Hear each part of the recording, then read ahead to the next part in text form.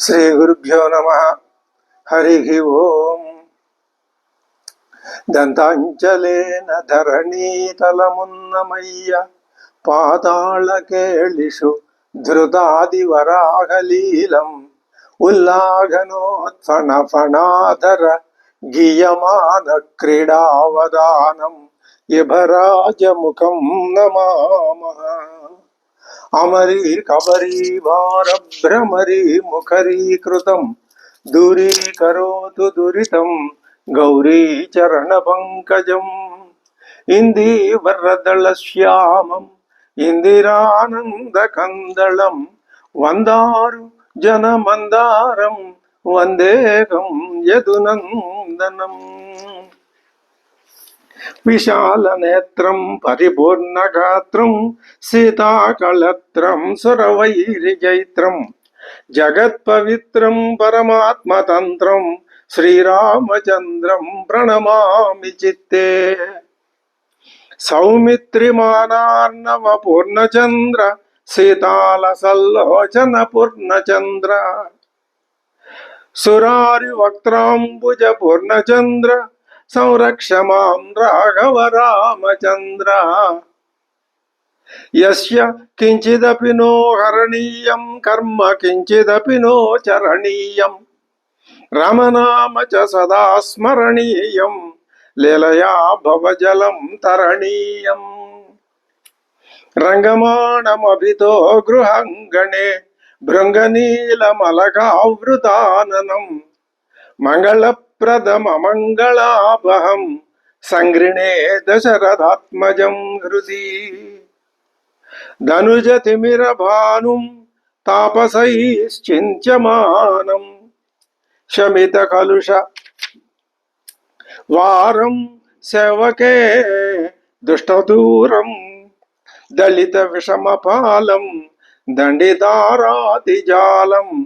ప్రణుత శిఖరి శత్రుం భౌజపాదోదగాత్రం.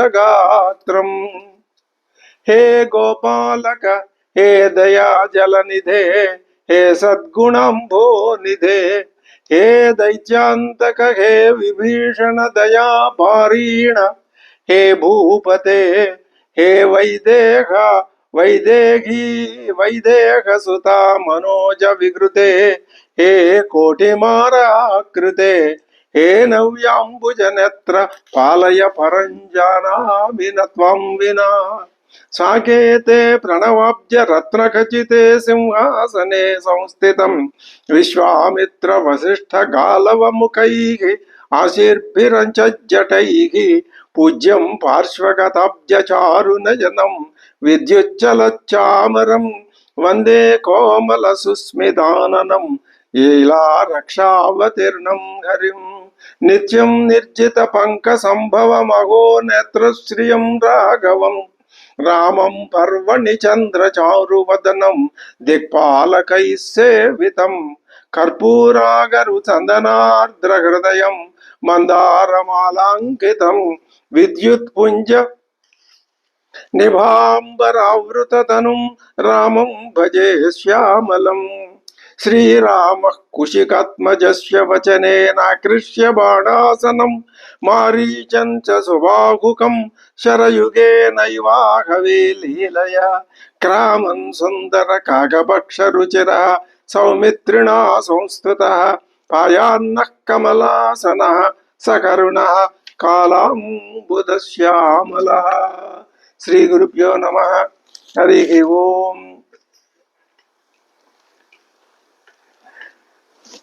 శ్రీరాముడు అమ్మవారు మధ్య సంభాషణ జరుగుతోంది. ఏ విషయాన్ని గురించి? అరణ్యవాసానికి బయలుదేరడాన్ని గురించి. ఆయన వద్దు సీత, వనవాసే బహవో దోషా, చాలా దోషాలు ఉన్నాయి, నువ్వేమో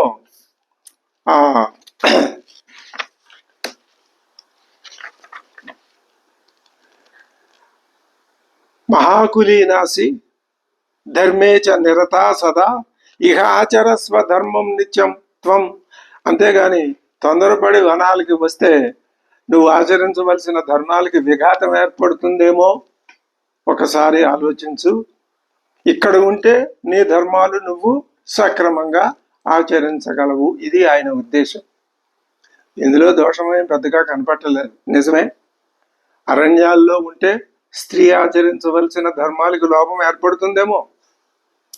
వనే దోషాహి బహవో వదతస్థాన్ నిబోధమే. నేను చెప్తున్నాను విను. నిర్జన అరణ్యాలు, సింహాలు, పులులు మొదలైన క్రూర మృగాలు ఉంటాయి. దృష్ట్వా సమభివర్తంతే. చూసి నీ మీదకి ఒక్కసారి అవి నీ మీదకి జనం ఎవరు కనపడితే, ఎవరు వాటికి కనిపిస్తే వాటి మీదకి వాళ్ళ మీదకి ఆహార నిమిత్తం అవి తిరుగుతాయి. అది వాటి యొక్క ధర్మం. నదులన్నీ బురదగా ఉంటాయి. మరి సూదుస్తారా, ఎక్కడ పడితే అక్కడ నదులు దాటడానికి ఉండదు. నదులతో ఈ చిక్కులు ఉన్నాయి, మృగాలతో ఆ చిక్కులు ఉన్నాయి. ధర్మం ఆచరించవలసిన ధర్మాలతో సరైన సౌకర్యాలు ఉండవు. అతో దుఃఖతరం నువ్వు. మరి ఇంతకంటే దుఃఖతరం ఏముంటుంది? నువ్వు ఎందుకు లేనిపోని ఇబ్బందులు పడి ఇక్కడ ఆ బాధలు ఉండవు. నీ ధర్మం నువ్వు నిర్వహించుకోవచ్చు. నేనంటావా? మరి నువ్వెందుకు వెళ్ళటము అని అడుగుతావు. అడిగితే మరి నేను పితృవాక్య బద్ధుని కదా, నేను వెళ్ళి తీరాలి కదా. ఆ బాధలేవో నేను పడతాను, నువ్వెందుకు పడటం అంటాడు ఆయన. అది ఆయన వాదం. ఇది సీతమ్మ వారి యొక్క దృఢ నిశ్చయం ఎలా ఉందో ఒక్కసారి పట్టుకుని దాన్ని ఆ నిర్ణయాన్ని అటు ఇటు కదిపితే అది నిజంగా ఆ దృఢమైన నిర్ణయం అయితే ఇంకా అందులో సీతమ్మ వారిలో ఇప్పుడు లోకం ఏ ఏ గుణాలున్నాయని చెప్తున్నదో భావిస్తున్నదో ఆ గుణాల్ని పరీక్షించి అవి ఉన్నాయని నిరూపించటానికే స్వామివారి యొక్క ఈ మాటల్లో అంతరార్థం. అంతే, అలాగే అంటారు. మరి ఇందులో ఉన్న దుఃఖాలన్నింటినీ చెప్తున్నాడు ఆయన. పైగా అక్కడ నీకు పర్యంకాలు కూర్చోవడానికి ఆసనాలు లాంటివి ఏమీ ఉండవు. నేల మీద పడుకోవాలి. షడ్రసోపేతమైన భోజనాలు ఏమి ఉండవు. పళ్ళు మాత్రమే, అవి కూడా రాలి పడిన పళ్ళు ఉంటే నువ్వు చెట్టు నుంచి బలవంతంగా కోసుకొని తినకూడదు. తినవచ్చునేమో, కానీ సహజంగా అలా ఉండదు. ఉపవాసాలతోనే గడపాలి. జటాభారాలు, నువ్వు కేశాలంకరణాలు, కేశ సౌకుమార్యాలు ఇలాంటివి కుదరవు. దేవతానాం పితॄణాంచ కర్తవ్యం విధి పూర్వకం ప్రాప్తానాం అతిథీనాం నిత్య ప్రతిపూజనం. అతిథులు వస్తుంటారు, వాళ్ళకి పూజ చేయాలి. నీ దగ్గర ఏమీ ఉండవు. నీకే ఏది తినడానికి దొరకనప్పుడు అతిథులు వస్తే నువ్వేం పెట్టగలవు? 3 వేళలా నియమపూర్వకంగా స్నానాదులు ఆచరించాలి. మరి అటువంటి నిష్ఠా జీవనాన్ని నువ్వు కొనసాగించాలి. స్వయంగా పూజా ద్రవ్యాలు నీకు నువ్వే సమకూర్చుకోవాలి. పైగా అరణ్యంలో వాతావరణం ఎప్పుడు ఎలా ఉంటుందో అతీవ వాతాహ, విపరీతమైన గాలులు, తుఫాన్ గాలులు వస్తూ ఉంటాయి. తిమిరం, చీకట్లు కమ్ముకుపోతాయి. బుభుక్ష, ఆకలి జరిగి ఉంటుంది. వనవాసం చాలా భయంకరమైంది సమా. వివిధ ఆకారాలు గల పెద్ద పెద్ద విష సర్పాలు ఉంటాయి. అవి ఎటు నుంచి వచ్చి మీద పడతాయో తెలియదు. పతంగా, వృశ్చిక, కీట, దంశాశ్వమసకైస్స బాధంతే నిత్యం. ఇవన్నీ బాధ పెడుతూ ఉంటాయి. ముళ్ళ పొదలు, ముళ్ళ చెట్లు, ఇవన్నీ కుశకాశాశ్చ, అడుగు తీసి అడుగు వేయటానికి ఉండదు. కాయ క్లేశాశ్చ బహవ భయాని వివిధాని చ క్రోధ లోభౌ విముక్తవ్యౌ. అది ఒక్కొక్కసారి బాధలు భరించలేక మనిషికి 2 గుణాలు వస్తూ ఉంటాయి, పైకి పెళ్ళుపుకి వచ్చేస్తాయి. క్రోధం, లోభం. క్రోధం ఎందుకు? నేను అనవసరంగా వచ్చి ఈ పరిస్థితుల్లో ఫలానా వాళ్ళు నన్ను ఆజ్ఞాపించటం వల్ల ఈ విధమైన కష్టం వచ్చిందే, నా కష్టానికి ఎదట వాళ్ళదే బాధ్యత అని క్రోధం రావచ్చు. లోభం, మరి చేయవలసిన పనులు చేయకపోవటం వల్ల కానీ ఆ క్రోధ ఫలితంగా కానీ లోభగుణం కూడా సంక్రమించవచ్చు. నా భేతవ్యం చ భేతవ్యే, భయపడాల్సిన పరిస్థితులు వస్తాయి, అప్పుడు భయపడకూడదు. నిత్యం దుఃఖం అతో వనం, ఈ వనవాస దుఃఖం నిత్యం. ఇది ఇట్లా ఈ మాటతో అనేక సార్లు చెప్పాడు ఆయన. అందువల్ల నువ్వు రావద్దు అని ఆయన స్పష్టంగా అక్కడ ఉన్నటువంటి కష్టాలని, అన్ని కష్టాలని ఏర్చికూర్చి చెప్పాడు. అప్పుడు శ్రీరాముడి సాంత్వన వచనాలన్నింటినీ అమ్మవారు విన్నది. ఏతత్తు వచనం శ్రుత్వా సీత రామస్య, ఈ రాముని యొక్క ఈ వచనాలన్నీ విని దుఃఖంతో ప్రసక్త అశ్రుముఖి, ప్రసక్తాలు అయిపోయినాయి అంటే నీళ్లు కళ్ళమ్మట జొట జొట వచ్చేస్తున్నాయి, కన్నీరు. మందమిదం వచనం అబ్రవీతు. స్వామి, వనవాసంలో ఎదురయ్యే కష్టాలను మీరు చెప్పారు, చాలా బాగుంది. ప్రేమపూర్వకమైన మీ సాహచర్యం వలన ఆ కష్టాలన్నీ నాకు సుఖాలే అవుతాయి.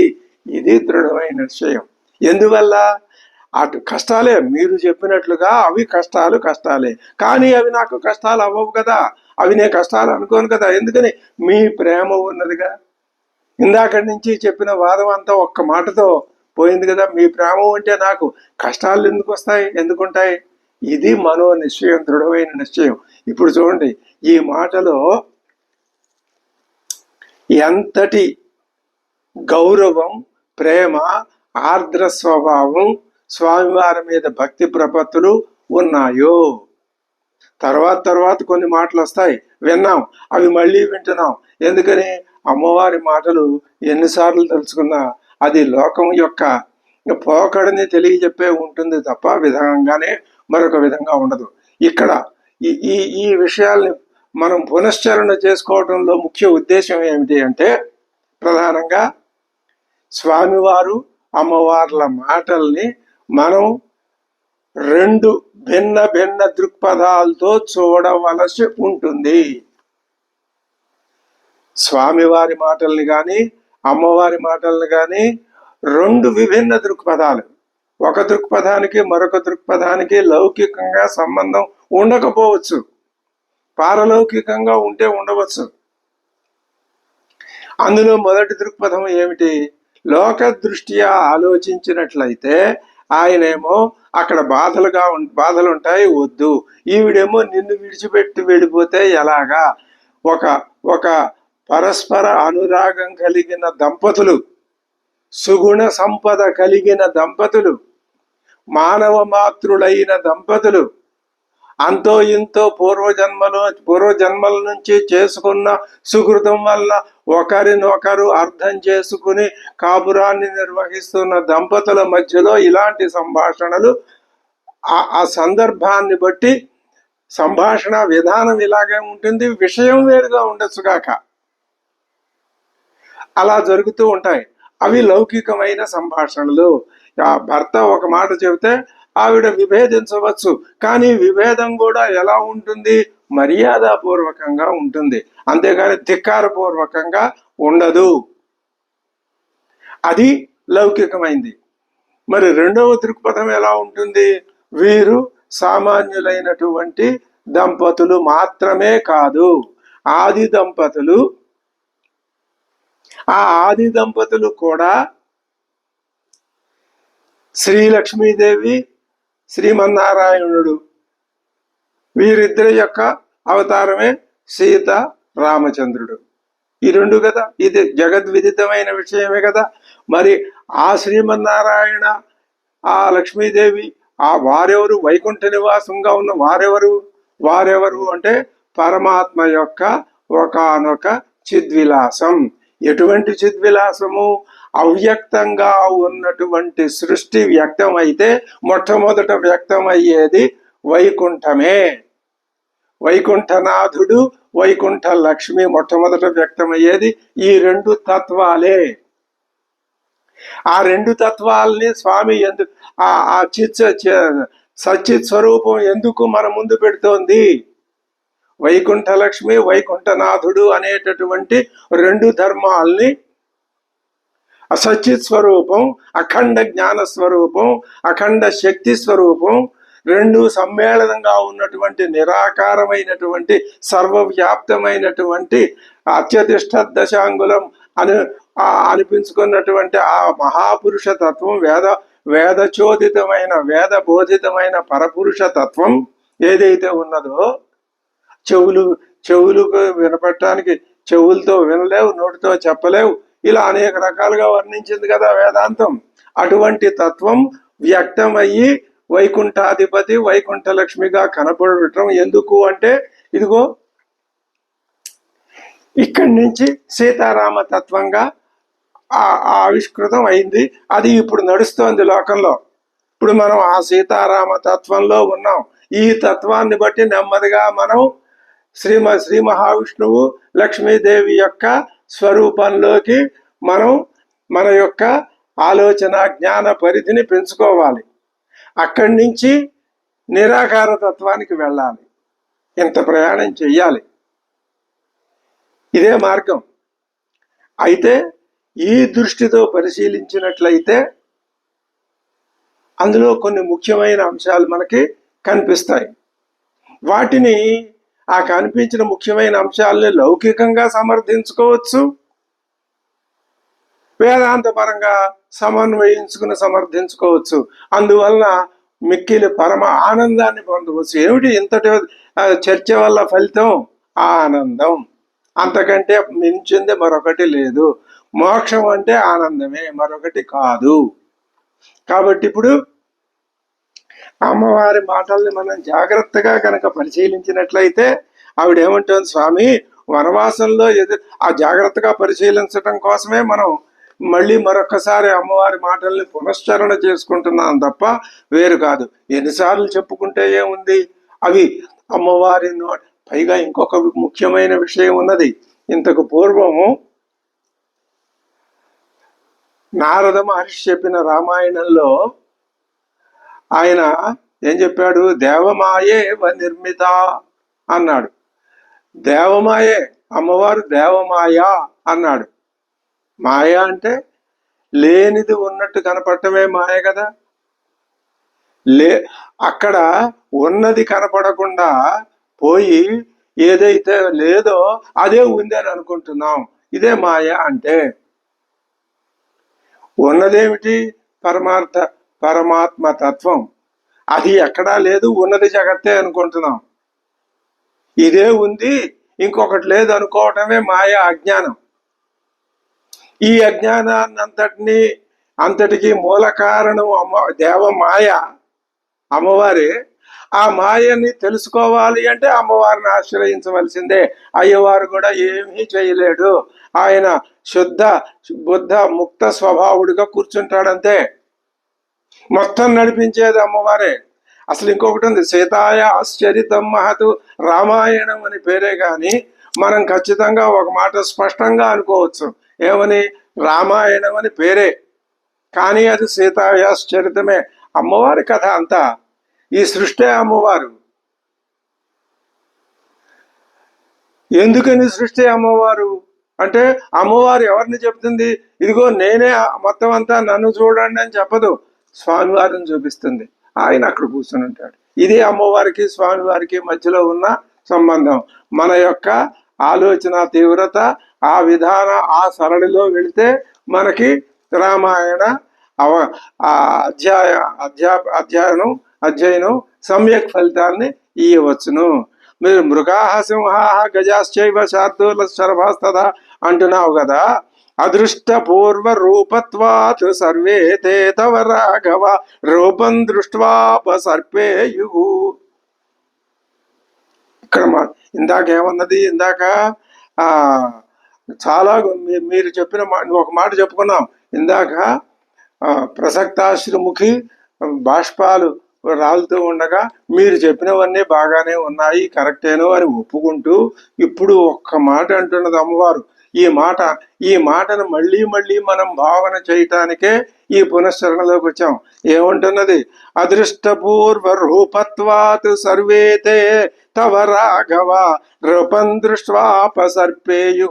సింహాలు మృగాలు వచ్చి అభిద్రువంతి అన్నావు కదా, మీద దూకుతాయి అన్నావు కదా, చంపేస్తాయి అన్నావు కదా, అడవి వద్దన్నావు కదా. ఎందుకు చంపుతాయ్యా సింహాలు మృగాలు? అవి అసలు మన దగ్గరికి రావు. ఎందుకు రావు? నిన్ను చూస్తే వెనక్కి తిరిగి పారిపోతాయి. ఇది ఎటువంటి మాట? ఈ మాటని కొంచెం మనం లోతుగా ఆలోచిస్తే, అంటే క్రూర మృగాలు ఎప్పుడు పారిపోతాయి లోకంలో? మామూలుగా వాటి యొక్క శక్తికి మించిన, అవి ఎదిరించలేని అటువంటి వీటికంటే బలమైన బలిష్టమైన జంతువు ఏదైనా ఇంకొకటి కనిపిస్తే ఇది వెనక్కి పారిపోతుంది. మృగధర్మం అది. అంటే రాముడు అలా ఉన్నాడా అని అనుకోవాలా? మరి రాముడు మొత్తం కోమల స్వరూపుడు, నీలమేఘ శ్యాముడు, ఆజానుబాహుడు, కోదండధారి, మరి అని విశాల నేత్రుడు అని కదా అనుకుంటున్నాం మనం. అంత అందమైన స్వరూపం గలవాడు అని కదా. మరి అటువంటి అందాన్ని చూసి మృగాలు వెనక్కి పారిపోతాయని అనుకోవాలా, లేకపోతే వాటికి భయంకరంగా ఈయన కనిపిస్తున్నాడని అనుకోవాలా? అసలు ఆ మాట అది నిజం అధిక్షేపమా, స్తుత? ఎలా అర్థం చేసుకోవాలి అమ్మవారి మాటని? మామూలుగా మాటల సందర్భంలో నిన్ను చూసి అవి ఎందుకు వస్తాయి, వెనక్కి వెళ్ళిపోతాయి, నాకేమీ పర్వాలేదు అని సామాన్యంగా ఒక స్త్రీ సహజమైన భాషలో మామూలుగా మాట్లాడుతున్నట్లుగానే ఉన్నది. లోకంలో గనక ఒక స్త్రీ ఈ విధంగా ఇటువంటి అధిక్షేప వ్యంగ్య గర్భితంగా అంటే గ్రహించగలిగితే పురుషుడు తప్పనిసరిగా వారి మధ్య వైరుధ్యాలు వచ్చి తీరుతాయి, పోట్లాడుకుంటారు. ఇది లోకధర్మమే, తప్పదు. కానీ ఇక్కడ అటువంటిది ఏమీ సంభవించలేదు. ఈ మాట అనటంలో ప్రయోజనం ఏమిటి అంటే, నీ యొక్క శక్తి అపారమైనది. ప్రశంసే, అధిక్షేపం కాదు, ప్రశంసే. ఎలాగా? నువ్వు ఈ సమస్తాన్ని శాసించేవాడివి, అన్నింట్లోనూ ఉండి యమయసి, ప్రతి వస్తువులోనూ నువ్వే ఉన్నావు. ఆ వివిధ ఆభరణాల్లో బంగారం ఉండి వాటికి జీవం ఇచ్చే విధంగా నువ్వు కూడా సమస్తంలో నువ్వు ఉండి ఈ సమస్తాన్ని నడిపిస్తున్నావు. నువ్వు అటువంటి స్వరూపుడు, సృష్టి స్వరూపుడు నువ్వు. మరి వాటిల్లో కూడా స్వరూపంగా, జంతువుల్లో కూడా స్వరూపంగా నువ్వే ఉన్నావు. అవి వాటి మీదకి అవి దండయాత్ర చేస్తాయా అంటే, నిన్ను చూసి భయపడుతున్నాయని నేను అధిక్షేపించట్లా. వాటి స్వరూపాన్ని అవి నీలో చూసుకుంటున్నాయి, వాటి మీదకి అవి దండయాత్ర చేయవు, కాబట్టి వెనక్కి వెళ్ళిపోతాయి. ఇది పరమార్థం మనం తీసుకోవాలి. ఇందులో దోషమేముంది? ఇది అమ్మ లోకంలో స్త్రీలు అసలు మాట్లాడితే సహజంగా లజ్జా స్వభావం కలిగినటువంటి మానిని అయినా ఏ మానిని కూడా తొందరపడి ఒక మాట అనరు లోకంలో. అంటే ఇలా ఉంటుంది. అమ్మవారి దగ్గర నుంచి స్త్రీ జాతి నేర్చుకోవలసినటువంటి అద్భుతమైన సంవిధానాలు, మాటలు కొన్ని ఉన్నాయి. అందులో ఇది ఇందాక చెప్పినటువంటి స్వామివారిని నమస్కరిస్తూ పాదాభివందనం చేస్తూ నమస్కరించిన మాట, ఆయన్ని ప్రశంసించిన మాట, ఇక్కడ ఈ మాట, ఈ రెండు మాటల్లో కూడా మనం వీటిని ఎలా కావాలంటే అలా చెప్పుకోవచ్చు. అది వాల్మీకి రచనలో ఉన్నట్టు ఆ మాత్రం ఘాటు, చొరక, చిన్న పచ్చిమిరపకాయ ఇంతే ఉంటుంది, కానీ అది ఏమాత్రం ఇంత చిన్నగా దాన్ని ఇచ్చేసిన ఆ ఘాటు బాగా ఉంటుంది. అమ్మవారి మాటలు ఇంకా ముందు ముందు చూస్తాం మనం. కాబట్టి లోకం అమ్మవారి మాటల్ని ప్రత్యేక దృష్టితో చూసి అది అనేక విషయాలు నేర్చుకోవాలి. అదే చెప్తున్నది. రూపం దృష్ట్వా అపసర్పేయు భయే సర్వేకి బిభ్యతి. మళ్ళీ ఇది మామూలు మాటే. భయం వేస్తే వాటి స్వరూపాన్ని చూసి వాటికి భయం వేస్తుందా? లేకపోతే నిన్ను చూసి భయపడతాయా? మీ ఇప్పుడు లోకంలో ఉండే అర్థం చెప్పుకోండి. నిన్ను చూసి భయపడి పారిపోతాయి అని ఒక మాట చెప్పుకోవచ్చు. దానికి అర్థాంతరం ఇందాక చెప్పుకున్నట్టు స్వరూపం కాబట్టి అని రెండు రకాలుగా భావన మనం చేసుకోవచ్చు. కాబట్టి త్వయా సహ గంతవ్యం మయా గురుజనాజ్ఞయా త్వద్వియోగేన మే రామా త్యక్తవ్యమిగ జీవితం. నువ్వు లేకపోతే నా జీవితాన్ని నేను విడిచిపెట్టేస్తాను. నిన్ను విడిచి ఉండటం అనేది అసంభవం. నచమాం త్వత్సమీపస్థాం అపి శక్నోతి రాఘవ సురాణాం ఈశ్వర శక్ర ప్రదర్శయితుమోజస. అంతేకాదు, ఇంకో మాట చెప్తాను. అథచాపి మహాప్రాజ్ఞ బ్రాహ్మణానాం మయాశ్రితం. 4 రకాల దృష్టాంతాలు చెప్పింది. బ్రాహ్మణులు చెప్పారు, ఈ ఈ అమ్మాయి, ఈ కన్యామణి అడవుల్లో కొంతకాలం నివసించాలి అని. తర్వాత సాముద్రిక శాస్త్రజ్ఞులు చెప్పారు, ఈవిడ ఏం చెప్పారు, మా సాధు సాముద్రిక శాస్త్రజ్ఞుల మాట వాళ్ళు కూడా ఏం చెప్పారు, వనవాసంలో ఉన్నప్పుడు ఉత్సాహంగానే ఉంటుందని చెప్పారు. మరి నువ్వేమో బాధలు పడతారని నువ్వు చెప్తున్నావు. సాముద్రిక శాస్త్రజ్ఞులు వనవాసంలో ఈవిడ వనవాసం ఉంది, వనవాసం చెయ్యాలి అని కార్తాంతికులు చెప్తే సాముద్రికులు ఏం చెప్పారు? వనవాసంలో సుఖంగా ఉంటుందని వాళ్ళు చెప్పారు. ఇంకా నీకెందుకు భయం? మరి వాళ్ళు దైవజ్ఞులు, వాళ్ళు చెప్పిన మాట ఎప్పటికే అబద్ధం కాదు. ఎందుకని ఈ రెండు కూడా వేదాంగాలకి సంబంధించినవి. జ్యోతిషం ఎప్పుడు అబద్ధం, సరి అయిన విధంగా చెప్పగలిగితే అది అబద్ధం కాదు, నిజమే అవుతుందని మనకు వేదమే చెప్తుంది, అమ్మవారి మాటలే చెప్తున్నాయి. తర్వాత ఒక సాధువృత్తి అయిన యోగిని కూడా ఈ విషయాలన్నింటినీ చెప్పింది. కాబట్టి శుద్ధాత్మన్ ప్రేమ భావాద్ధి భవిష్యామి వికల్మష, ఇది మాట. మళ్ళీ స్వామివారికి సాష్టాంగ పడిపోతుంది అమ్మవారు. శుద్ధ భావ వికల్మష భవామి, నాలో ఉన్నటువంటి కల్మషాలన్నీ పోతాయి. ఎందువల్ల? ప్రేమ భావాత్, నీ మీద ఉన్నటువంటి ప్రేమ వలన. ప్రేమ అనే మాటకి ఈనాడు ఏమర్థమో ఆనాడు అదే అర్థం. అప్పటి నుంచి ఇప్పటిదాకా ప్రేమ, ప్రేమించుట. అమ్మవారికి స్వామివారి మీద ప్రేమ. ఆ ప్రేమ ఎంత ఎక్కువగా ఉంటే అంత వికల్మషను నేను అయిపోతాను. భర్త ఆరం అనుగచ్చంతి, నేను భర్తని నిన్ను అనుగచ్చంతి, నీ వెంట వస్తూ వికల్మష భవామి. ఎందుకని? భర్తాహి మమ దైవతం, నాకు భర్తయే దైవం, భర్తని మించిన మరొక దైవం ఏది లేదు. ప్రేత్య భావేపి, ఇది అత్యద్భుతమైన మాట. ఇంకా ఉన్నతోన్నత స్థాయికి. ప్రేత్య భావేపి, అంత్యకాలం సమీపించినా కూడా సంగమో మే సహత్వయ, నీతో సంగమమే నాకు కళ్యాణం తప్ప వియోగం కళ్యాణం కాదు. తల్లిదండ్రులచే కాళ్ళు గొడికి కన్యాదానం చేయబడిన వధువు ఆ పురుషునికి ఈ లోకంలోనే కాదు పరలోకంలో కూడా చెందుతుంది అని శృతి చెప్తోంది.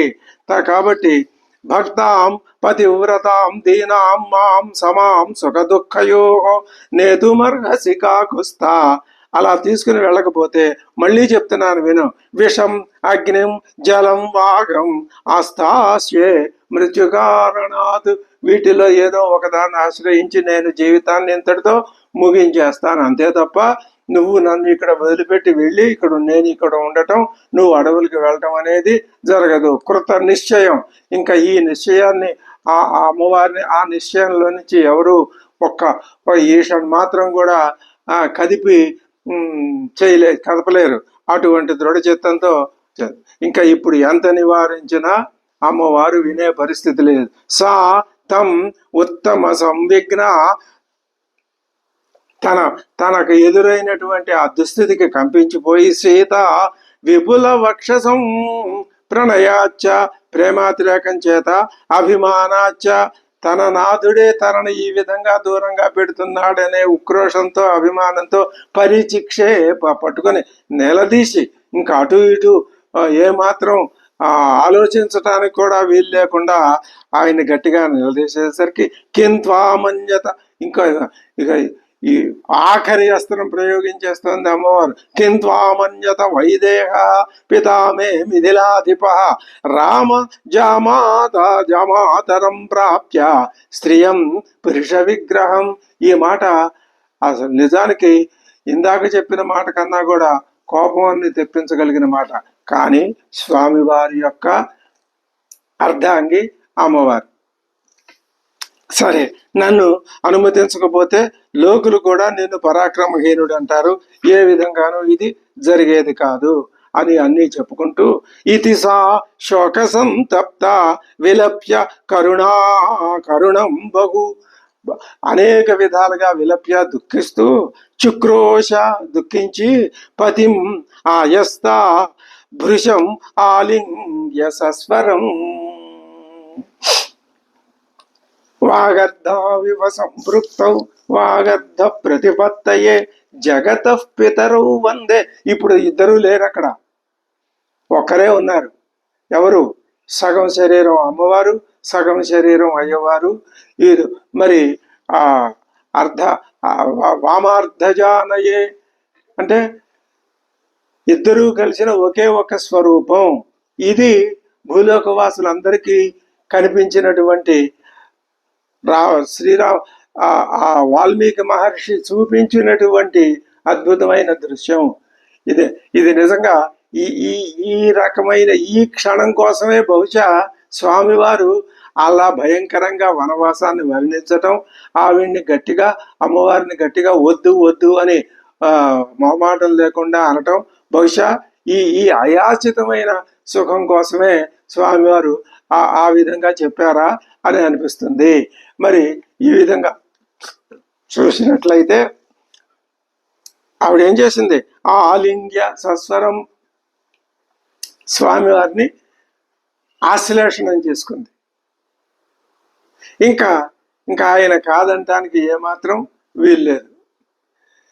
ఇప్పుడు ఏమైంది, శక్తి అంతా జ్ఞానంతో ఏకీకృతం అయిపోయింది. జ్ఞానము శక్తి ఒకటైపోయినాయి.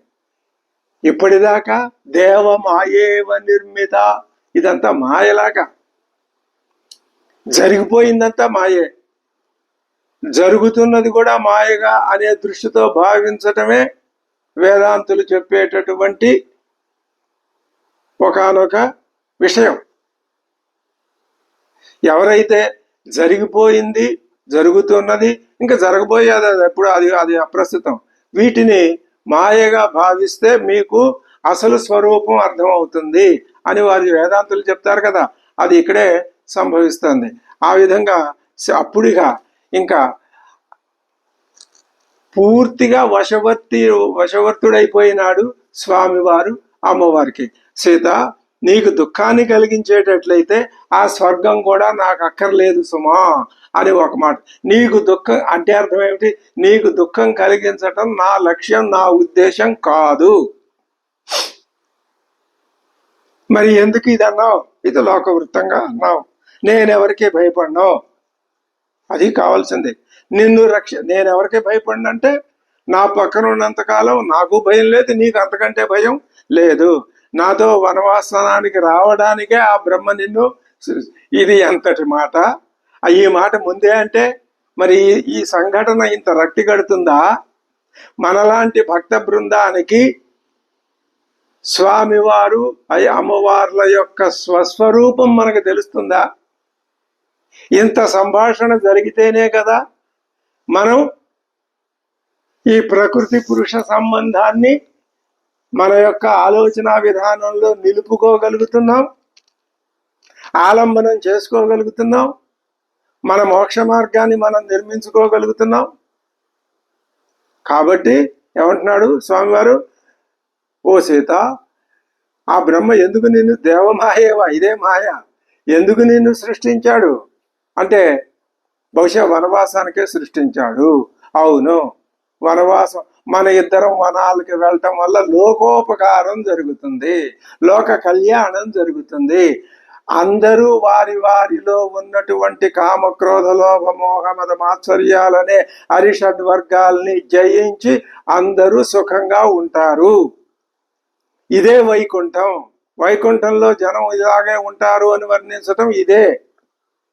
అయోధ్యలో ఉన్న జనాన్ని చక్కగా వర్ణించారు ఇంతకు పూర్వం వాల్మీకి. వాళ్ళందరూ ఎక్కడా శోకం అనేది లేదు, ఎక్కడా అజ్ఞానం అనేది లేదు. కానీ ప్రారబ్ధవశాత్తు లభించినటువంటి శరీరాల్ని వాళ్ళు ధరించి ఉన్నారు, మానవులుగా వాళ్ళ విధులు వాళ్ళు నిర్వహిస్తున్నారు. కానీ అందరూ మోక్ష సామ్రాజ్యంలో ఉన్న విధంగానే ఉంటున్నారు తప్ప వేరే విధంగా వాళ్ళు లేరు. అటువంటి విధానాన్ని మనం ఏర్పాటు చేసుకోవడానికి ఇటువంటి సంభాషణ, అసలు రామాయణం కథ కంటే పట్టైన బిగువైన చక్కటి మానవుణ్ణి కట్టి పడేసేటటువంటి కథ ఇంకొకటి ఉన్నదా? అప్పటికీ ఇప్పటికీ కూడా ఇక ముందు కూడా ఉండదు. కాబట్టి కథారూపంలో ఉన్నటువంటి స్వామివారి అమ్మవారి యొక్క విలాసమే రామాయణం. అందుకని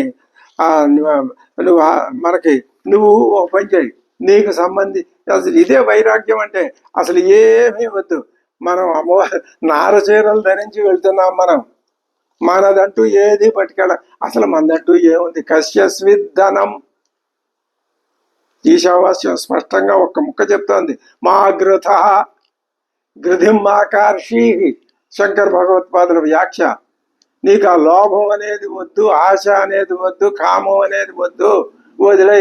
నిరాసక్తంగా నీ డబ్బులు, నీ జేబులో డబ్బులు 10 రూపాయలు ఉన్నా, ఎదటివాడి జేబులో రూపాయి ఉన్నా నిరాసక్తంగా చూడు.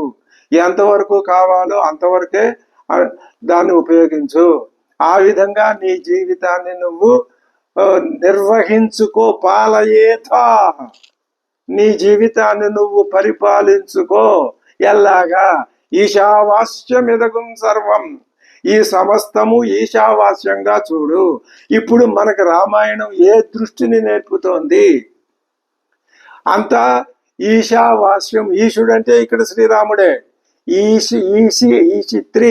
ఈశయిత్రి అంటే అమ్మవారే.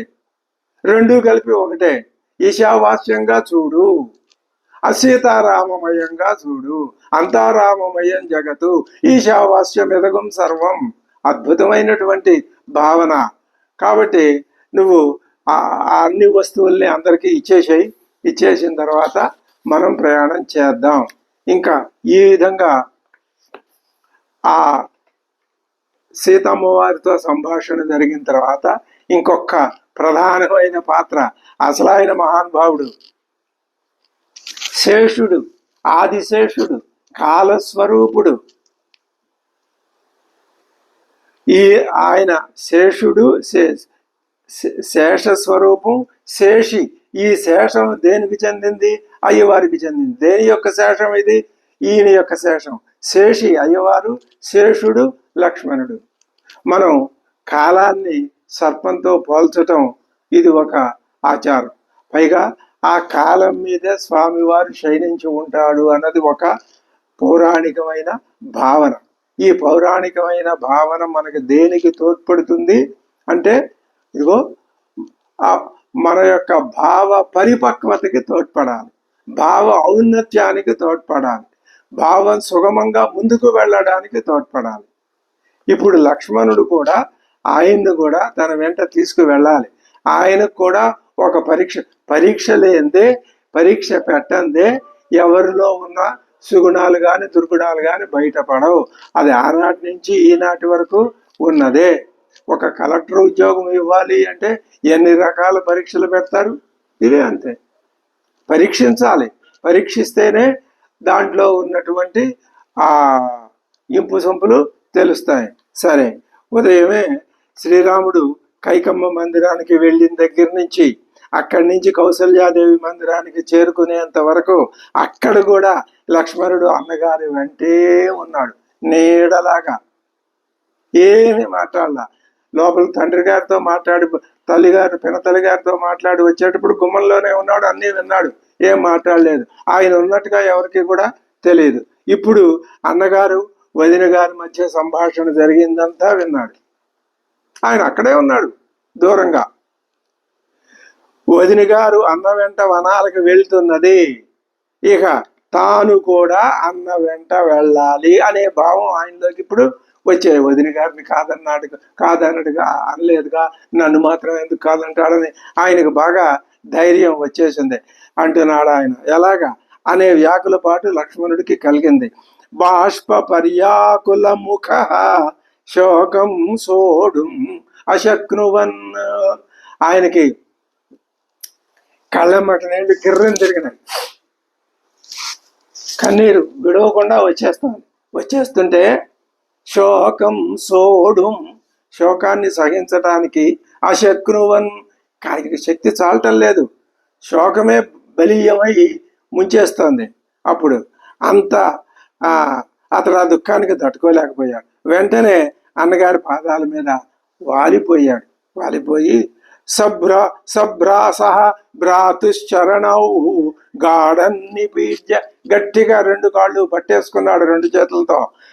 ముందుగా కాళ్ళ మీద పట్టడానికి ముందు వదిన గారికి నమస్కారం పెట్టాడు. అమ్మ నువ్వేం మాట్లాడద్దు, నువ్వు కూడా అను అని వదిన గారితో ఒక మాట అని, ఇంకా ఇప్పుడు అన్నగారి యొక్క పాదాల మీద పడి, అన్నగారు యది గంతుం కృతా బుద్ధి వనం మృగగజాయుతం. లక్ష్మణుడి మాట వినండి. ఇంతకు పూర్వం లక్ష్మణుడు ఎలా మాట్లాడు? ఈ రామాయణంలో ప్రధానంగా అందరి యొక్క మాటలు మనం జాగ్రత్తగా పరిశీలించవలసిందే. అందులో ముఖ్యంగా సీతారాముల మాటలని మనం గతంలో లోకట ఎన్నోసార్లు అనుకున్నాం. వారి మాటలు ఒక్క అక్షరం కూడా అది మనం విడిచిపెట్టడానికి వీల్లేదు. ఇప్పుడు లక్ష్మణుడి మాటలు కూడా, లక్ష్మణుడి మాటలు ఎందుకు పనికొస్తాయి అంటే, ఎప్పుడైనా సరే ఇంతకు ముందు కూడా మనం చెప్పుకున్నాం, ఒక పూర్వపక్షం అనేది ఉంటే ఆ పూర్వపక్షంలో ఉన్న దోషాల్ని నిరూపించి దాన్ని పరాస్తం చేస్తే సిద్ధాంతానికి బలం వస్తుంది. అదిగో ఆ పూర్వపక్షంలాగా పనికొస్తాడు ఆయన మాటలు లక్ష్మణుడు. ఇది ఆయన స్వార్థం కోసం కాదు, శ్రీరాముని సుగుణాలని లోకానికి తెలియచెప్పటానికి ఇదొక మార్గం చెప్తున్నాడు. యది గంతుం కృతా బుద్ధి వనం మృగగజాయుతం అహం త్వామనుగమిష్యామి వనమగ్రే ధనుర్ధర. అగ్రే నీకంటే ముందే, ధనుర్ధర ధనుష్యతో పట్టుకునే, మాహంగమిష్యామి నీకంటే ముందు. ఎప్పుడు నువ్వు తప్పనిసరిగా వనాలకు వెళ్ళాలి అనే కనుక నువ్వు దృఢమైన నిశ్చయం చేసుకుంటే, నా దేవలోకాక్రమణం నా అమరత్వమహం వృణే. దేవలోకం అక్కర్లేదు. ఎందుకా దేవలోకం? నువ్వెక్కడుంటే నువ్వే సాక్షాత్తు తెలుసు ఆయనకి, నువ్వే పరమాత్మవి, సర్వవ్యాపకుడివి నువ్వే, అంతటా ఉన్నది నువ్వే, నాలోనూ ఉన్నది నువ్వే. ఇంకా నేను వేరే దేవలోకంలోకి వెళ్ళి అక్కడ బాగుకునేదేముంది? నా దేవలోక ఆక్రమణం నా అమరత్వం అహం వృణే. నాకు అక్కర్లేదు, నేను కోరుకోను. ఐశ్వర్యం వాపి లోకానాం అంటే లోకానాం ఐశ్వర్యం, త్రిలోకాధిపత్యం, త్రిలోకాధిపత్యం కూడా నాకు అక్కర్లేదు. ఎంత తృణప్రాయంగా ఆయన మహానుభావుడు, అది అది ఎన్ని పూర్వజన్మలు ఒక మానవుడు ఆ విధంగా మాట్లాడుతున్నాడు అంటే, ఎన్ని పూర్వజన్మల నుంచి అటువంటి దైవ భావం, దృఢమైనటువంటి భక్తి భావం ఆ జీవుడిలో జీర్ణించుకుపోయిందో అది మనకి ప్రార్థనీయం, అది మనకి వాంఛనీయం. అది అది ఎగతాళిగా హేళనగా ఇవ్వాలి ఈరోజు అలాంటిది అలా ఎవరికో కానీ ఎక్కడో కానీ ఈ సామాన్యులు ఇలాంటి మాటలు ఉంటాయి సహజంగా. అవి మనం లెక్కలోకి చేసుకోవాల్సిన, మనం ధ్యేయంగా అది పెట్టుకున్నామంతే. వస్తుందా రాదా మనకు అనవసరం, ఎప్పుడు వస్తుంది అనే విచక్షణ కూడా అక్కర్లేదు. ఎప్పటికో అప్పటికి వస్తుంది చాలు. ఏం రాక ఆ భావం చాలదా? రావాలనే రూల్ ఏమైనా ఉందా? లేదుగా. ఐశ్వర్యం వాపి లోకానా త్రిలోకాధిపత్యం కూడా నాకు వద్దు. లక్ష్మణుడు ఇలా అనేసరికి శ్రీరాముడు అయ్యి మామూలే, సీతమ్మ వారిని ఎలా వారించాడో ఇప్పుడు కూడా. ఇంతకు పూర్వం శ్రీరాముడు అసలు మాట్లాడింది చాలా తక్కువ. అయోధ్యకాండలోనే కైకమ్మ దగ్గరికి వెళ్ళి కూడా ముక్తసరిగానే మాట్లాడాడు. ఆమె చెప్పింది వినడానికే వెళ్ళాడు తప్ప ఆమెతో వాదించి ఇలా అని ఒక్క ముక్క అనలేదు. అక్కడ అది శ్రీరాముడి గొప్పతనం. తండ్రితో అసలు ఏం పెద్దగా మాట్లాడలేదు, తండ్రితో వాదించలేదు. అక్కడి నుంచి బయటకు వచ్చిన తర్వాత అమ్మతోటి తమ్ముడితోటి మాట్లాడాడు, వాదించాడు, వాళ్ళిద్దరిని తన దారిలోకి తీసుకొచ్చాడు. ఆ తర్వాత సీతమ్మ వారి వంతు వచ్చింది, ఆమెతోనూ వాదించాడు, ఆమె దారిలోకే తాను వెళ్ళాడు. ఎవరిని, ఇదంతా దేనికోసం? ధర్మం కోసం. కాబట్టి మరి రామో విగ్రహవాన్ ధర్మ అంటే ఇదే ధర్మం. ఆయనకు ఎప్పుడూ కూడా ఆయన ధర్మమే, మరొకటి కాదు. మరి ఇప్పుడు ఆ ధర్మం ప్రకారమే ఒకసారి మళ్ళీ కదిపి చూడాలి లక్ష్మణుణ్ణి. ఆయన భయపడి పారిపోతే ఇంకా రామాయణం అనేది ఉండదు. లక్ష్మణుడు అనేసరికి వద్దు. లక్ష్మణుడు మళ్ళీ అంటున్నాడు, వద్దులేవయ్యా నువ్వెందుకు అన్నాడు ఒక మాట. అంటే లక్ష్మణుడు మళ్ళీ అంటున్నాడు, అన్నా సర్వకాల సర్వావస్థల్లోనూ నేను నీకు తోడుగా ఉంటా అని నేను అన్నప్పుడు గతంలో నువ్వు అంగీకరించావు కదా, అందుకునే కదా నేను నువ్వు ఎక్కడికి వెళితే అక్కడికల్లా నేను వస్తున్నాను. కైకమ్మ గారి దగ్గరికి వెళ్తే నేను రాలేదా? మీ అమ్మగారి దగ్గరికి వెళ్ళినప్పుడు నేను రాలేదా? రేపు నేను రానా? అసలు నేను లేకుండా నువ్వు ఎక్కడికి వెళ్ళవు కదా, నీతో నేను ఎప్పుడు ఉంటాను కదా. ఉంటానని నేను చాలాసార్లు చెప్పాను, నువ్వు అలాగే లక్ష్మణ అన్నావు కదా, మళ్ళీ ఇప్పుడు వద్దంటావేంటి? ఒకరోజు అరరోజా? 14 ఏళ్ళు అయ్యాయి. 14 ఏళ్ళు నీతో ఉండాల్సిన వాడిని నన్ను నువ్వు కాదంటున్నావా? కాబట్టి ఇప్పుడు ఇలా అంటావేంటి? అందుకని శ్రీరాముడు ఏమన్నా ఆ మాటకి ఆయన జవాబు చెబుతాడు, లక్ష్మణ నువ్వు చాలా మెత్తటి పుష్పపేశలమైన సుకుమారమైన హృదయం అయ్యా, అనేది మెత్తని స్వభావం గలవాడి. స్నిగ్ధ, స్నిగ్ధ అంటే చాలా కుసుమపేశలమైనటువంటి హృదయం అయ్యా. నువ్వు ఏమాత్రం బాధని ఓర్చుకోలేవు, తట్టుకోలేవు. నాకు వనవాసం అని తండ్రి గారు చెప్పగానే నీ కోపం వచ్చింది కదా, నువ్వు ఓర్చుకోలేవు కదా. ధర్మరత, పైగా నీ స్వభావమే ధర్మం, నువ్వు ధర్మ నిరతుడివి. వీర, వీరత్వం గలవాడివి. సతతం సత్పదే స్థిత, ఎల్లప్పుడూ నువ్వు సత్పథంలో ఉండేవాడివే తప్ప సత్పదాన్ని ఒక్క అంగుళం అటు ఇటు కూడా తప్పిన వాడివి కాదు. ప్రియ ప్రాణ సమో వశ్యో, నువ్వు నాకు ప్రియ, ఇష్టమైన వాడివి. ప్రాణ సమహ, నా ప్రాణాల కంటే కూడా నువ్వే నాకు ఎక్కువ. ఏ మనిషికైనా వాడి ప్రాణమే వాడికి ఎక్కువ. కానీ రాముడు ఏమంటున్నాడు? ప్రాణ సమహ, నా బహిప్రాణం అన్నాడు. వశ్య భ్రాతాచాసి సకాచమే, ఇది లక్ష్మణుని గురించి శ్రీరామచంద్రుడు చెప్పినటువంటి అద్భుతమైన మాట. స్నిగ్ధో ధర్మరతో వీర సతతం సత్పదే స్థిత, ప్రియ ప్రాణ సమో వశ్యే వశ్యో భ్రాతాచాపి సఖాచమే. నాయనా, అటువంటి నువ్వు నాతో అడవులకు వచ్చేస్తే కౌసల్యని సుమిత్రని ఎవరు చూస్తారయ్యా, ఎవరు సేవిస్తారయ్యా? కైకమ్మ సౌతుల క్షేమాన్ని పట్టించుకోదు కదా, ఆవిడప్పుడు మహారాణి రాజుగారి తల్లి అవుతుంది కదా. భరతుడు కూడా పట్టించుకోకపోవచ్చు కదా. మరి పాపం మీ అమ్మగారు మా అమ్మగారిని గురించి ఎవరు పట్టించుకుంటారు, ఎవరు చూస్తారు?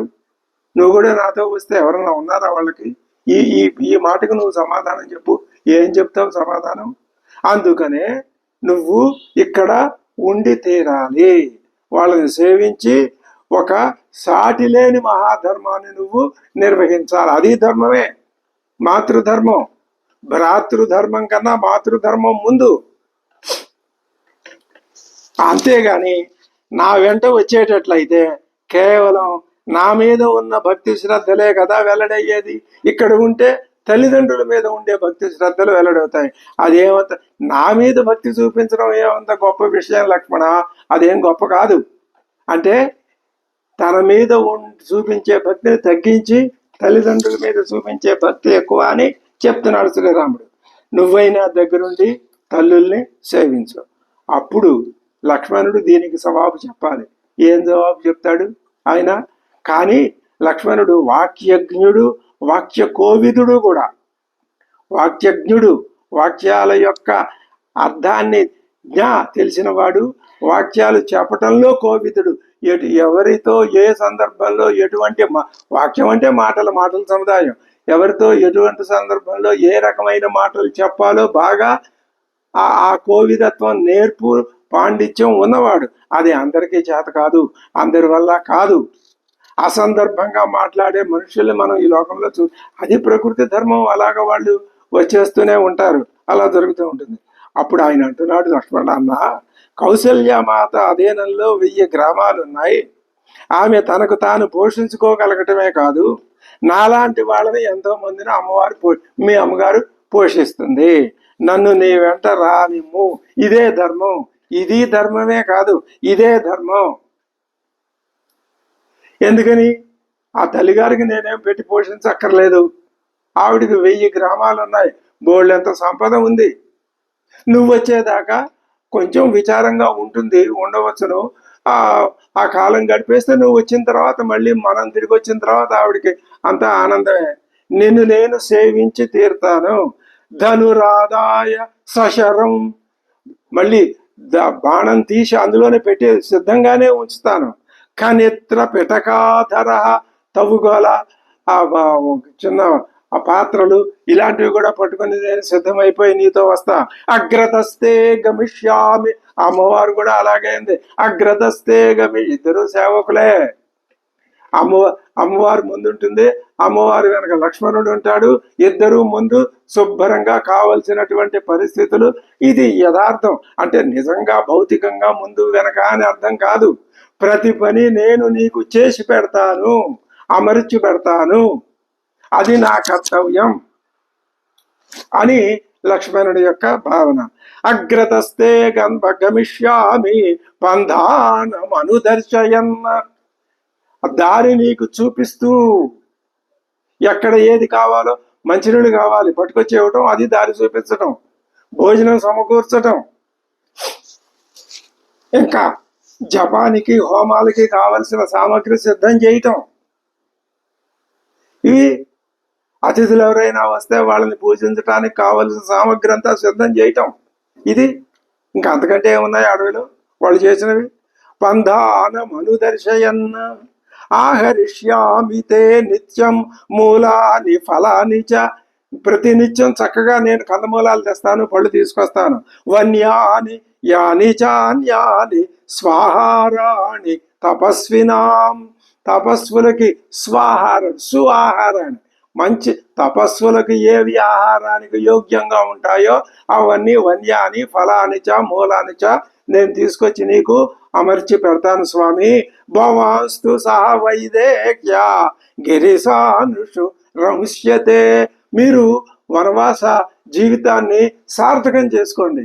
పర్వతాల సానువుల మీద, సెలయేళ్లలో, మరి వనాల్లో, పుష్పాల మధ్యలో, తర్వాత లేళ్ళు మొదలైనటువంటి వాటిని చూసి ఆనందిస్తూ, ఇంకా అనేక రకాల సౌందర్య ఇవి ఏమున్నాయో, ప్రదేశాలు ఏమన్నా ఏమేమి ఉన్నాయో ఆయా అన్ని ప్రదేశాల్లో కూడా మీరు చక్కగా విహరించండి. నువ్వు అమ్మవారితో విహరించు, మీకు కావలసినవి నేను సమకూర్చి పెడతాను. భవాన్స్తు సహ వైదేక్య గిరిసానుషురంశ్యతే అహం సర్వం కరిష్యామి జాగ్రత్త స్వపదశ్యతే. నువ్వు నిద్రలో ఉన్నా, మెలకుగా ఉన్నా, ఏ దశలో ఉన్నా నీకు సర్వం కరిష్యామి, నేను సర్వం సిద్ధపరిచి పెడతాను. దానికి కావలసిన సామగ్రి అంతా తవ్వుగోలతో సహా అన్ని సామగ్రి నేను సిద్ధం చేసుకునే తెచ్చుకుంటాను. శ్రీరాముడు ఇంకా ఈ మాట చెప్పేసరికి ఆయనకి ఇంకా చెప్పడానికి వేరే ఒక ఇది లేదు, పాయింట్ లేదుగా, ఇంకేం మా కాదంటానికి వీల్లేదు. అమ్మవారు ఏ విధంగా, అమ్మవారి మాటల్లో చురుకుదనం ఉంది, చురకత్తి కోత చిన్న ఇది ఉంది. అదే ఆవిడికి చెల్లును. భర్తని అధిక్షేపించాలంటే భార్య తప్ప మరెవరికి హక్కు లేదు. తల్లి కూడా ఆ మాట అందు, తండ్రి అందు. అది భార్యాభర్తల సంబంధం, అది అమ్మవారికి తెలుసు. అది భారత స్త్రీ సమూహం, మహిళా లోకం అమ్మవారి మాటల్లో ఉన్నటువంటి ఆ అంతరార్థాన్ని, ఆ గొప్పతనాన్ని, మరి ఆ దైవ లక్షణాన్ని భావిస్తే సంఘం ఎంత సుఖంగా, ఎంత హాయిగా ఉంటుందని దీన్ని బట్టి, రామాయణాన్ని బట్టి మనకి అర్థమవుతుంది. ఒక్క స్త్రీలోకం, మహిళా లోకమే కాదు, మొత్తం మానవ లోకం కూడా గమనించాలి. ఇది ఇప్పుడు ఇందాక చెప్పిన మాటను సవరించుకొని చెప్పే మాట. అప్పుడు అంటున్నాడు లక్ష్మణుడి పట్ల ప్రసన్నుడయ్యాడు స్వామివారు. లక్ష్మణ, సరే నువ్వు కూడా మాతో రా, వెళ్ళి నువ్వు పని చేయి. మీ అమ్మగా సుమిత్రతో ఆ మాట చెప్పలేదు, మనం చెప్పుకుంటున్నాం. వెళ్ళి మీ అమ్మగారితో చెప్పు, నీ భార్యతో చెప్పు, నీ సామగ్రి మొత్తం అందరికీ, బ్రాహ్మణులకి ముందు, తర్వాత స్నేహితులకి, అరుగులు దీనులకి, దరిద్రులకి, ఇలా దీనులకి దరిద్రులు లేరు, కానీ నువ్వు దానం చేస్తున్నావు అంటే పరిగ్రహించేవాడు వస్తాడు, ఉంటారు, వాళ్ళకి దానం ఇచ్చేసాయి నువ్వు. ఇదిగో ఇంకొక మాట చెప్తాను విను. మనము జనక మహారాజు ఆ విదేహ రాజ్యంలో ఉన్నప్పుడు ఆయన యజ్ఞంలో వరుణుడు ప్రత్యక్షమయ్యి మనకి 2 దివ్య ధనుసులు, తర్వాత తరగని అమ్ముల పొదులు, ఒక 2 ప్రభావ సంపన్నాలైన ఖడ్గాలు, కవచాలు, ఇవన్నీ ఇచ్చారు మనకి. అవన్నీ మనం వశిష్ఠ మహర్షి దగ్గర దాచిపెట్టాం. అటువంటి దివ్యాయుధాలను ఊరికనే మూతపెట్టి అలా ఉంచకూడదు. వాటిని నిత్యం పూజిస్తూ ఉండాలి. అవి ఎవరి కంట పడకూడదు. ఎవరి సంరక్షణలో ఉండాలి? బ్రహ్మవేత్తల సంరక్షణలో ఉండాలి. ఎందుకని? అవన్నీ బ్రహ్మ మంత్రాలతో నిర్మించబడినవి కాబట్టి. నువ్వు వెళ్ళి అందరు నీ వస్తువులన్నీ దానం చేసి అమ్మగారులతో చెప్పి, నీ భార్యతో చెప్పి, వశిష్ఠ మహర్షి దగ్గరికి వెళ్ళి ఆ దివ్య ధనుస్సులు, కవచాలు, ఖడ్గాలు అవి తీసుకుని వచ్చాయి అన్నాడు. ఆయన చెప్పాడు. వెంటనే మరుక్షణంలో అన్ని పనులు ఆయన చకచక పూర్తి చేసుకుని తిరిగి వచ్చేసాడు. నీ ఎప్పుడు మళ్ళీ చెప్తున్నాడు, నీ సంపదనంతా బ్రాహ్మణులకు దానం ఇచ్చాయి. అలాగే చేసి వచ్చేసాడు మళ్ళీ లక్ష్మణుడు. తిరిగి ప్రయాణానికి సిద్ధమైనాడు. ఈ విధంగా సీత, లక్ష్మణుడు ఇద్దరూ కూడా స్వామివారి వెంట అరణ్యాలకు వెళ్ళటానికి అంగీకారం అయినది. స్వామివారు అనుగ్రహించారు, అంగీకరించారు. ఇక తర్వాత కథాభాగం ఏం జరుగుతుంది అన్నది మనం తర్వాత వచ్చే భాగంలో తెలుసుకుందాం. అంతవరకు స్వస్తి. శ్రీ గురుభ్యో నమః. హరి ఓం.